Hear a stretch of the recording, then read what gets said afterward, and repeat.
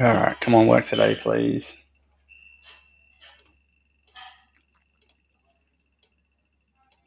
Here we go. Awesome. Good morning. All right, let's kick off the other two. Coming at you nice and hot and sweaty this morning.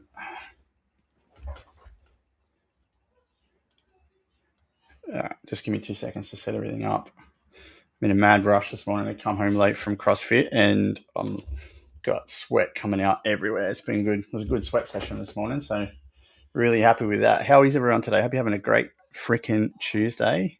It's only early, but the day has started and I hope you're winning. I really do. We're back for another 30 questions in 30 minutes, which is your top 30 questions from last week.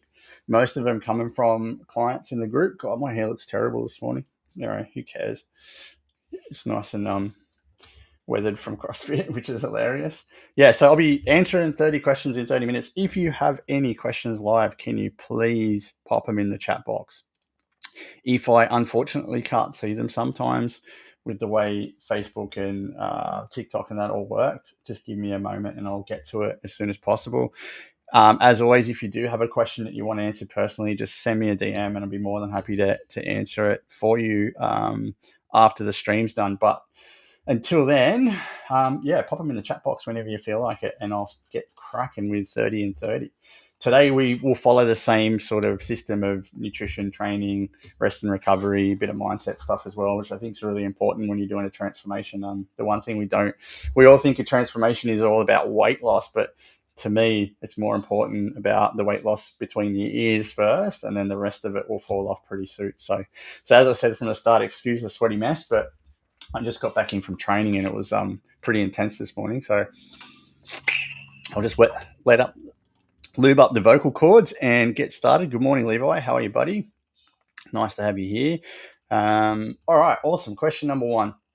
What's the best way to meal prep for the week?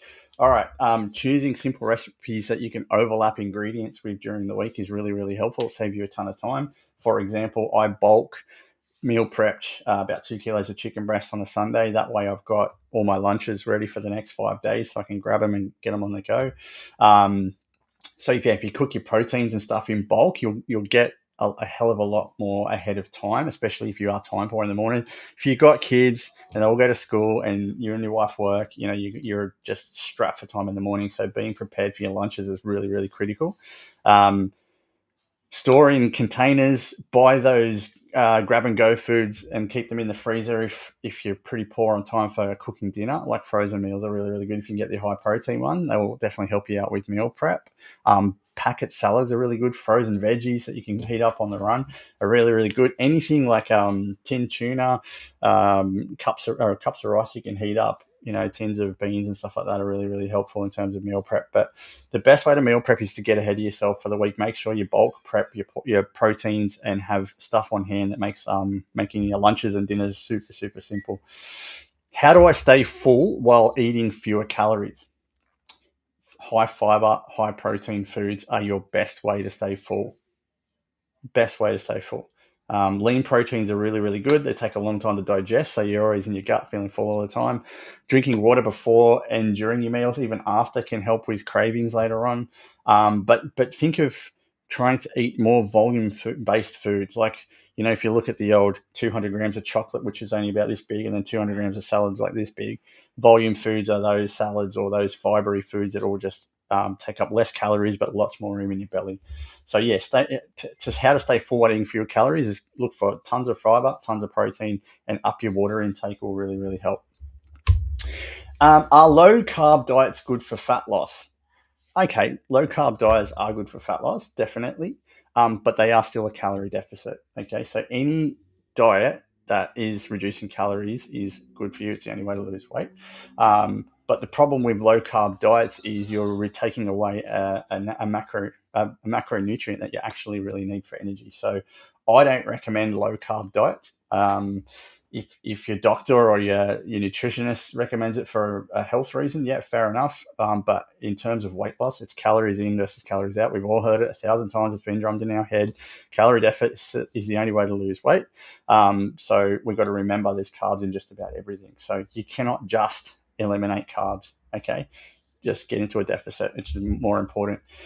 How do I manage eating out while staying on track? Now, this is a question I get all the time. Had it last night on the kickoff call with some of the girls.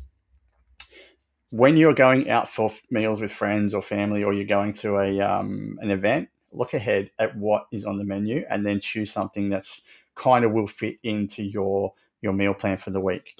Now, I don't want you to go without having fun. Now, a lot of the times, eating high calorie meals comes with having a good time with friends and family, which is more important than the high calorie meal itself. So allowing yourself during the day to have extra calories in of an evening so you can have those high calorie foods is a really good way of doing it. But if you are super conscious and you want to be strict, look for stuff that's not fried, less sauce. Put your sauce on the side. Don't go for your like your deep fried fatty stuff. Go for your grilled things. If grilled fish is good. If it's one of those things where you can only get alternate meals, just try and make a conscious choice on the steak and the veggies, or the chicken and the veggies, or something like that. That'll definitely really, really help. If you're going away overseas, most times we're walking heaps. So the 20,000 steps a day that most of us get while we're overseas kind of negates 300 or 400 calories anyway. So you can actually have a little bit more fun while you're out there. So don't disregard the high calorie meals, because they're really important to have, because for me, it's part of the enjoyment of life, eating good food. So if you want to stay on track while eating out, just look for stuff that's going to fit in with your meal plan. What are good post-workout snacks? For me, anything with protein and carbs. We need to replenish the carbs that we've just burnt by being at the gym or training, and we need protein to help the muscles rebuild. So anything with protein and carbs is really, really good. So I usually have oats and protein powder with berries, because I get fiber, I get protein, and I get carbs back in my system. A banana and a protein shake is really good. Rice cakes with peanut butter, cottage cheese with some cinnamon sugar and apples, like they're really good because it's protein and fiber. So yeah, good post-workout snacks should involve some protein and some carbohydrates. How much fiber should I eat daily? This is a really good question. Again, depends on the person. Hey, Teza. And it depends on, hey, Sharon, your dietary requirements. But for rule of thumb, 25 to 30 grams a day is pretty good. Whole grains, fruits, veggies, beans, legumes, things like that are really good increase in your fiber. If you're having issues with backed up from eating too much protein, Metamucil or psyllium husk is really good for that. Yeah, add that to your shake or to your smoothie or anything like that, and you can get your fiber intake up a bit higher. But look for some like high fibery vegetables and stuff like that. Eat more carrots and cucumbers and stuff like that. So they're very easy to grab a hold of, cut up, and prepare. Are protein bars a healthy snack? I hate this question because anything can be a healthy snack in moderation. All right. Protein bars are there for a supplement to increase your protein intake. Yes, it is a processed food because it's not a natural occurring protein. It's processed, but it's really, really good in terms of a lower calorie, high protein option rather than going for steak and chicken and stuff mid-meal. I like protein bars because I feel like I'm having a chocolate with my cup of coffee or something like that. So they're really cool. They're very convenient. If you're on a road trip, you can go to a service station anywhere and grab a protein bar on the run. At least you know you're getting your protein intake. So as a healthy snack, I hate that word healthy because anything can be healthy if it's in moderation. Okay, but they're really good for convenience and as a supplement, not a meal replacement. What's the best way to add healthy fats to my diet? Okay, avocado, seeds, nuts, olive oil, chia seeds, flax seeds, stuff like that. Just remember, most of those healthy fats have a high calorie intake, so we've got to keep them in moderation as well. Like olive oil, I think it's about 150 calories from memory for a tablespoon. So we've just got to be cautious of that. But there's nothing wrong with having it. Olive oil spray is good. Avocado, half an avocado every day is really, really good for healthy fats. Fatty fish like salmons are really good for that as well, for omega-3 fats. So just remember, fatty substances are definitely calorie dense. So we've got to limit ourselves and not overdo it. How can I reduce my sodium intake? One of the best ways to reduce your sodium intake is to stop eating so much processed food. That's one of the best ways. Okay. Plus, if you cook all your meals at home, you actually limit the amount of sodium you put in there, spices and stuff like that. So choosing your low sodium versions of sauces and foods that are on the run are really good ways of doing it. But if you're in a calorie deficit and you're eating a high protein, high fiber diet, generally you're removing all of your processed food out of your diet. So most of the salt will be reduced significantly. And we've got to remember salt holds water and water is weight. And that's why most of us lose a ton of weight when we remove processed foods from our diet. Are juices or smoothies better for health? Again, let's go back to the protein bar. Anything's good for you in moderation. So if you go to Boost Juice, for example, and have a healthy shake, they're around about 800 or 900 calories for one of those. So are they healthy? Yeah, if you can fit them in with your calorie intake per day.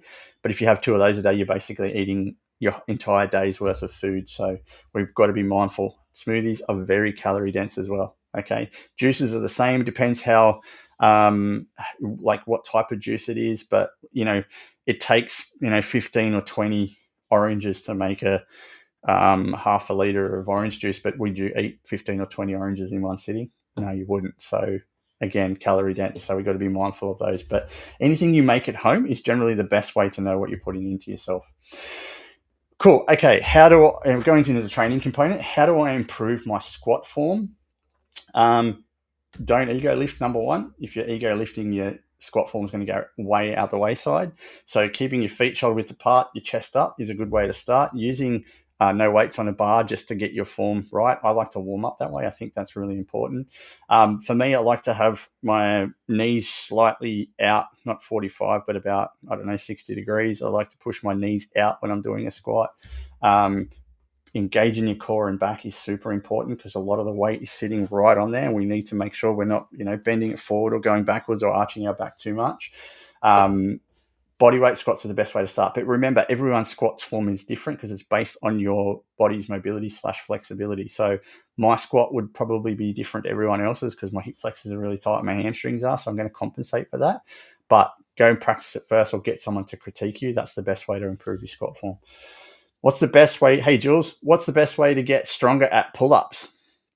Cool. Starting off with resistance bands or the old pull-up machine with the weight. Okay, that'll make it the best way for you to start, like learning how to do pull-ups. Resistance bands are really good because most gyms have them. Negative pull-ups are cool. So a negative pull-up is when you jump up and you slowly lower yourself down, so you get used to that movement. Grip strength as well is very important because you got to hold yourself up there for a very long time. But it's like anything. The more you practice, the more you'll get better at it. The more reps you'll be able to do, progressively overloading. Okay, so the best way to get stronger at pull-ups is ring pulls lower on the ground or bar pulls lower on the ground. So your center of gravity is low. You're not using too much weight. And then we migrate up to bands and then we go up to negative pull-ups. And then hopefully we can start doing some pull-ups. Hard to say and explain it rather than showing it. But yeah, hopefully that covers it. Should I do cardio if I want to build muscle? Yes. Yes, it's very important because we want to reduce the amount of body fat we have so the muscles can pop out a bit more. 2 to 3 sessions, 20 minutes a week is ample. If you're walking every day, that's a great form of cardio. So low intensity cardio is your best for trying to build muscle because we don't want to break the muscle down too much by doing high intensity cardio. Okay, so yeah, definitely important. What's the best way to warm up for cardio? Light movements, jumping jacks, high knees, butt kicks, increasing slowly to get your heart rate up. That's probably the best way. Spend 5 to 10 minutes getting your body ready. I like to do a bit of mobility work before I do any running or cycling, using bands and stuff like that to warm up the muscles. But we've got to remember, warming up gives you a reduction in the risk of injury. So very, very important, especially if you're doing cardio. How do I increase strength in my deadlift? Okay, let's go back to the squat. Form is king. Form is king. We must make sure that we have proper form. So learn how to do a proper deadlift first. Okay. Sumo deadlifts and stuff like that are a little bit easier because you're not pulling the bar up so high, but still need to have proper form. Romanian deadlifts are different again. Still need to have proper form. Start with your core, get your core strengthened first. Start doing glute bridges or rows or hamstring curls or little minor exercises rather than the major one first to build up those little muscles surrounding that whole area, and then go into doing a proper deadlift. But again, no weight on the bar, getting your form right, and then gradually increasing your weight. And then you should be able to deadlift really, really well. Is circuit training effective for weight loss? I think so. HIIT training, circuit training, HERT training, really, really cool because it combines strength and cardio. Even and now CrossFit is really, really good in terms of that for weight loss. It does get your heart rate up. It does give you a little bit extra calories burnt. Is it good for the long run? Probably not. It can be very taxing on the body. So we've got to be mindful of that, especially if you're a bigger person. I wouldn't recommend going into HIIT classes straight away because I think the focus first has got to be on getting some of that body fat off so you can be a little bit more mobile. And then if you want to do HIIT classes and you feel really, really good about it, then we get in doing some high intensity interval training. But if you're predominantly trying to lose body fat and you are a bigger person, I wouldn't recommend going doing HIIT training straight away. You're better off walking. You're better off being in the gym lifting weights because it's going to benefit you in the long run and give you a better result short term rather than a hell of a lot of injuries and set you back. So I wouldn't recommend doing HIIT training off the bat if we've got a bit of body fat to lose. How often should I train abs? 2 to 3 times a week directly, but if you're doing compound lifts, most of the time you're using your abs or your core anyway, so you are working on them. So we've got to remember that we kind of are working on them when we're in the gym anyway. But targeting abs, I reckon 2 to 3 times a week is really, really good to strengthen your core. Doing different types. Don't just do the old crunches because you're only going to be focused on one area. You've got like 1, 2, 3, 4, maybe 5 areas of your abdominals that you need to target. So variations all the time. I like to do some form of upper, lower, and oblique. It's kind of like that's the split that I do in terms of the abs that I train each week. So what's the best way to progress in weight training? Okay, progressive overload is the only way to progress, but using small increments, not going from 0 to 100 kilos straight away because you're a recipe for a disaster. The best way is progressive overload. So I like to think of for example, say you deadlift, right? You can't go from 20 kilo bar to 100 kilo straight away. You could progressively go from 20 to 25 or 22 and a half to 25 to 30 to 35 to 40. Same as your dumbbells. You can't go from a 5 kilo dumbbell curl to a 20. It just ain't going to happen. It's too big of a jump. So progressive overload means increasing your weight over time. All right. So really, really important. Keep track of your weights and your lifts and set some targets, have some goals to lift a little bit heavier every week. You should be increasing just about every week to 2 weeks. But more importantly, perfect recovery, okay? Having rest days, having enough sleep, getting your water intake in, make sure you're hitting your protein target, make sure you're hitting your fiber target so you can give your body the best chance to recover. What's the benefit of compound exercises? Okay, compound exercises are the moves that work multiple muscle groups at once. For example, your bench press, your deadlift, your squat, your shoulder press, all those things are working a number of muscle groups at the same time, hence why they're called compound, because it's like a group of exercises. So super efficient in terms of time poor people, boost overall strength and improves functional fitness, burns a little bit more calories compared to isolation exercises because you're working a ton of muscles at the same time. But yeah, so that's the benefit of the compound exercises, bang for buck in terms of time under tension, but also getting multiple body parts working at the same time. Yes, chest press does focus on chest press, but you've also got to lower the weight, which comes around your back and shoulders as well, not just your chest.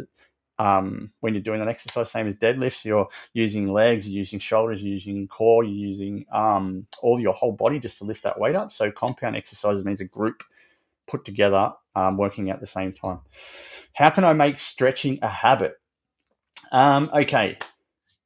You put in your diary like anything, right?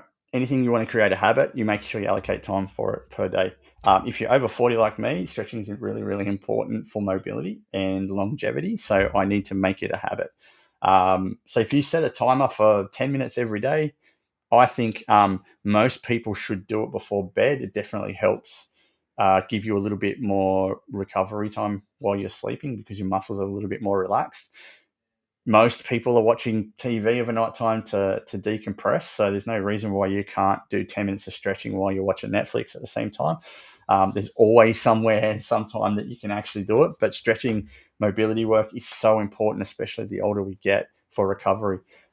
So for me, it's like setting that 10-minute timer for before I go to bed, or while I'm watching Netflix or whatever it is, just to chill at the end of the day. You can make it a big habit. So, but penciling it in and making it a part of your daily routine. Okay, what's the best way to recover from leg day soreness? Movement, in my opinion. Walking, go for a swim at the beach. You got to get your blood flow. You got to get the lactic acid off your muscles. Okay, you got to realize that your legs are sore because they're rebuilding from being overloaded with weight. All the little muscle fibers are repairing. So how you give it time to recover is by moving, getting the blood flow going, getting rid of all compression's good. Yep, 100%, dude. That was my next thing I was going to say. Foam rolling, really, really good for relieving tension, moving lactic acid around, stretching again, mobility work. Compression's good. I've got a pair of Normatec boots that I've used for years. Super awesome, 45 to an hour in those, and you just like you can feel the lactic acid getting moved around pretty quickly. So yeah, hydration, protein, fiber, carbohydrates. We need to get those in our system to give our body time to recover. But anything you can do movement-wise is going to benefit blood flow, which is going to aid your recovery time. We move into a really good question. How does massage help with recovery? Same thing, foam rolling, massaging, all that stuff, increasing blood flow, reducing muscle stiffness and soreness, relaxing tight muscles, helps with stress relief, can improve your flexibility and range of motion, which is really, really good. Plus, there's nothing better than a good massage, right? I feel like sometimes I get more DOMs from a massage than I do from leg day, which is really, really cool. How often should I take a deload week? I hope everyone knows what a deload week is. If you don't know what a deload week, it's like, for example, if you're running a 6 or an 8 week program, which is very common these days, having a week off the gym or a week off doing lesser weights or lower reps is considered a deload week. Okay, it depends on what your goals are. It reduces fatigue, allows muscle joints to fully recover. But it's movement based. Okay, so when I have a deload week, it's not I don't go to the gym. It's I go and I do maybe unilateral exercises to iron out some of the indifferences with my left and the right leg, or left arm and right arm. But yeah, it's important for recovery, soreness, and it's good for your brain too, because sometimes you're so hyper focused on these goals and you don't give yourself some time off to just enjoy being yourself. So it's really good for the headspace. What's the role of electrolytes in recovery? All right. I think they're kind of bastardized at the moment and being super hyped up. But the thing with electrolytes is you're increasing sodium, potassium, magnesium back into your system to aid in recovery. Okay. So if we're having a if we're having a high protein, high fiber, low calorie diet, and we're removing processed foods, we're removing a lot of sodium from our diet. So we need to get some of that back in. And if you're seasoning your food, you're probably going to get enough sodium per day. But for me, I like to drink Dr. Hydrate. It's the one thing that I use every day intra workout. I feel like it's really, really good in terms of benefiting my recovery. Gives me a ton of sodium, potassium, and magnesium, which is what I need. We lose it through sweat, especially while we're sleeping. We don't realize most of the salt we lose is from sleeping, which is where we burn most of our calories per day. So we've got to get that back in. So you want to reduce cramps and keep your energy levels up. Get your electrolytes in every day if you can. How does foam rolling benefit for recovery? I think we just covered that before. Reduces muscle knots and improves blood flow, reduces muscle soreness and increases range of motion, helps with flexibility when combined with stretching, and it's like your own self-massage, and there's no reason why you can't do it every day. Yeah, it does hurt when you have to hold a position for 2 minutes, but the benefits are bloody awesome. Okay, last 10. Last 5. How do I develop a morning routine that supports my fitness? Look, my take on morning routines are, there's so many people out there that swear by you have to be up at 5 and do 5 of this and 5 of that and journal. And look, if it works for you, cool, do it. If it doesn't, don't do it. find something that makes you feel good in the morning. I like to train early now, which I feel is really, really good. I feel like when I get up, I hydrate first, which is really important. I get some form of carbohydrates in before I train, which is really important. I don't get on my phone for the first hour and a half, 2 hours. I don't look at messages. I don't do any of that type of thing. That's my kind of morning routine, so I can focus on training and I can focus on what I need to do during the morning. I like to make sure I have a high protein, high carb breakfast to give me some energy after I've trained. Yeah, that's kind of like my morning routine. I don't really look at too many things until 6:30, 7 o'clock. I don't want to overload my brain. I would much rather be focused on my training or whatever I'm going to do in the morning that makes me feel good during the day. So there is no perfect morning routine. Okay, if you watch any of the influencers out there, you must do 5 minutes of journaling, gratitude. If you can do it, great. I used to do that, and I found it really, really helpful. And then it got a little bit monotonous, and I kind of like felt like I was going over it all the time. And I'm very grateful for a lot of things in life, and I do look at them every single day and reflect on them a lot. But I don't find journaling helps me anymore because I feel like I've overdone it maybe. So now I just go back to simplifying my morning routine, keep everything nice and easy so I can be consistent every single day. How do I get back on track after a setback? All right, cool. First of all, you've got to accept it and acknowledge the setbacks happen, whether it's an injury, whether it's a mental health thing, whether it's, I don't know, binge eating, something like that. Okay.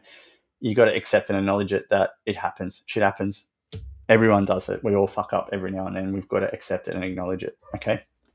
Number 2 is reset your goals and make a realistic plan forward, or reset back to the day before you fucked up and start eating healthy again, or go and see that psychologist or counselor that you need to do your mental health break. Okay. That's your reset. That's your reset. Hey, Steph. Focus on small wins to build momentum. Really, really important. Stop looking at the big mountain. Start focusing on the staircase to get to the top of the mountain. Okay. But don't let guilt derail you. You've got to get back on the horse. You've got to make the choice to change. It's on you to do that. It's not on anybody else. Okay. So how do you get set back on after a setback? Is accept it, reset, refocus, and don't let guilt that derail you. Okay, last 3 questions. How can I improve my mental toughness for fitness? Set challenging but achievable goals regularly and smash them. Train with others who are better than you because you'll get better. I love it. You know, the one thing I love about CrossFit is I walk in the gym, there's nowhere you go, and there's some fucking absolute weapons in there that push you to the absolute limit. That's what I love about it because I feel like I have people I can pick off. It's like, oh, you're next. I'm going to be at your level. You're next. Like that's what I love about mental and health and mental toughness or fitness. Visualize success. If you picture yourself hitting your targets, most of the times you'll do it. Okay, it's repetitive in your brain. It becomes normal. It becomes an instant reaction. But also remind yourself of what you've done to date or what you haven't done to date. Or I like to use my trauma of the past as fuel to push me harder through the tough shit. So for me, it's like, how do I improve my mental toughness for fitness? Get the shit that's happening in your life and use that as fuel to push you through. It's really, really awesome when you get to be able to do that. What's the best way to track your progress? Use a journal or a fitness tracker or get a coach that's got a program. That's the best way. Take photos and measurements of your body parts before and after is really, really good. Track your PRs in the gym or on your cardio, but also celebrate your little non-scale victories. They're just as important as the big ones. Last one, how do I balance fitness with other life priorities? Treat your health and fitness like anything else that's really important in your life. Schedule them in. I have allocated time slots every day for exercise or movement because they're really freaking important to me. Okay, that's how I balance it. I make it a non-negotiable. It's like a meeting for me. It's blanked out in my calendar. If you want to contact me, you can't because I'm doing the thing that I need to do that balances my fitness priorities. Okay. Be flexible as well because sometimes shit's going to happen. Then you're going to have to detour and move it to some other day, but keep it as a non-negotiable. Do something with your loved ones. like I train with my wife every morning, and it gives us time to spend together, which is really awesome. It gives us a little bit of competitiveness as well, which I think is really, really cool. But remember, and this is the most important thing, it's consistency over intensity. Consistency over intensity. Progress happens over time. Okay. I'm not going to go from a rookie novice CrossFitter to an absolute weapon in 6 months. It ain't going to happen. It ain't going to happen. Okay. So I know it's going to take me time. It's probably going to take me 18 months to get to a level that I feel like I want to be a bit more competitive with other people in the gym. Am I willing to wait for that? 100%. You know why? Because I love the process. I love the journey. The goal is there, but I'm loving the steps along the way.